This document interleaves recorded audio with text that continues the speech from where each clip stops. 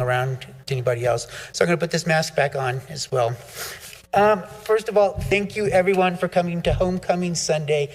I have not seen this church this full in a very, very long time. So thank you very much. Just some announcements that's going to be happening after the service. We will have a fried chicken. There'll be some baked chicken as well if you're not into the fried foods, but we'll have a big chicken dinner, half and half. Thank you, Ronnie. In addition to the luncheon, this is our launch period for our stewardship campaign. So you'll be hearing a lot about the different things that we do for this church, all of our different ministries, and also for everybody who does belong to this congregation, it's time for you to reflect on what you think your giving will be for the coming year. Some of the activities we have for today will be some things for the kids. With parental supervision, we will be providing games, bubbles, and writing messages of hope, love, and giving and peace on the sidewalk. But we're asking that it's going to remain on the sidewalk in front of the church. No writing on the building, please. You guys can help us. We'll watch for that. In addition, people can purchase these Live Generously t-shirts and note cards in the Welcome Center. These were personally designed by Addie Whitney in our congregation, and she is a very talented young lady. Stand up, Addie. All right, she's to thank you. There will be some, if you're don't belong to this church and you're thinking about possibly joining, there will be some additional pledge packets available after during the lunch. Let me see, what else can we talk about? We do have some welcome gift bags for some newcomers, and also just please ask questions from all of us if you're interested about joining St. Luke's. I've been here about 4 years, and I have to say this is a very warm, welcoming community. And when you think about it, the last 4 years, 2 of it was during the middle of COVID. So in a way, I'm still relatively new as well. And let's see, what else do I need to... Katie, am I missing anything? Oh, yes, thank you. Okay, one big favor to ask for everybody. After the service today, if you'll still remain in your pews and give us about probably 10 to 15 minutes, we want to do a group photograph for the church. It's been many, many years since we've had a group photograph. So we have Andy and his son Edward here. They're going to be our photographers. It's just going to take a few seconds to get the camera set up. We're going to line up all up here on the pews, and he'll arrange us by height and everything. Shouldn't take so long, but please, I figure if everybody leaves, trying to get you back in will be like herding cats, and that probably won't be a good thing. So please stay in your pews right after the service, and we'll get the photograph done. Anything else? Richard. And what? For the testimonial. Oh, yes. Yes, we have one testimonial for our giving. And Robert, if you'd like to come forward. Sorry.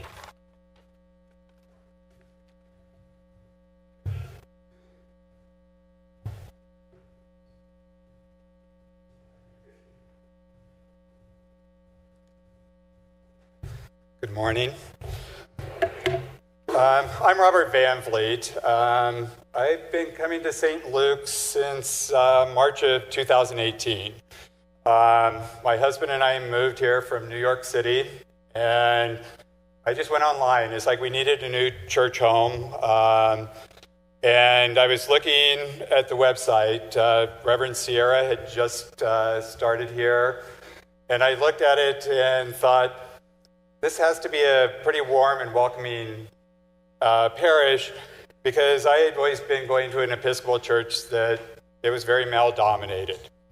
Not necessarily always the friendliest, but when I saw that they had a female rector, it's like, let's give it a try. We came in, and the welcome that I received from this church, being a gay man, I didn't know what we were walking into.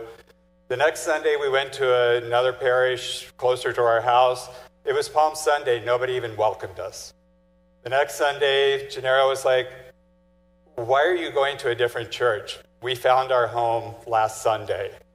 And we've been coming ever since. I want to thank Bradley and Perry.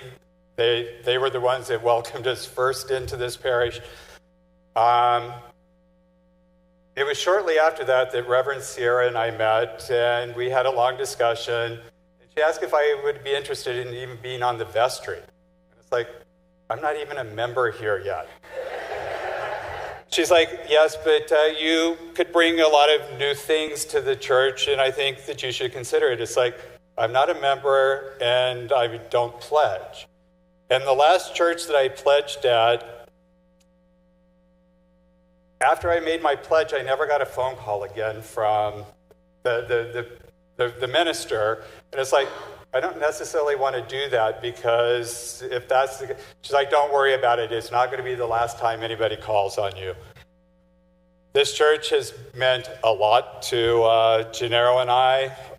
Every time I look up, I remember Reverend Sierra pointing to the ceiling during one of her last services and saying it reminded her of the hull of a boat. And no matter how rocky the sea can get, St. Luke's is always going to be here. Just follow your heart and God. So I fill out my pledge card every year, and I would encourage all of you to do the same. Thank you. Thank you.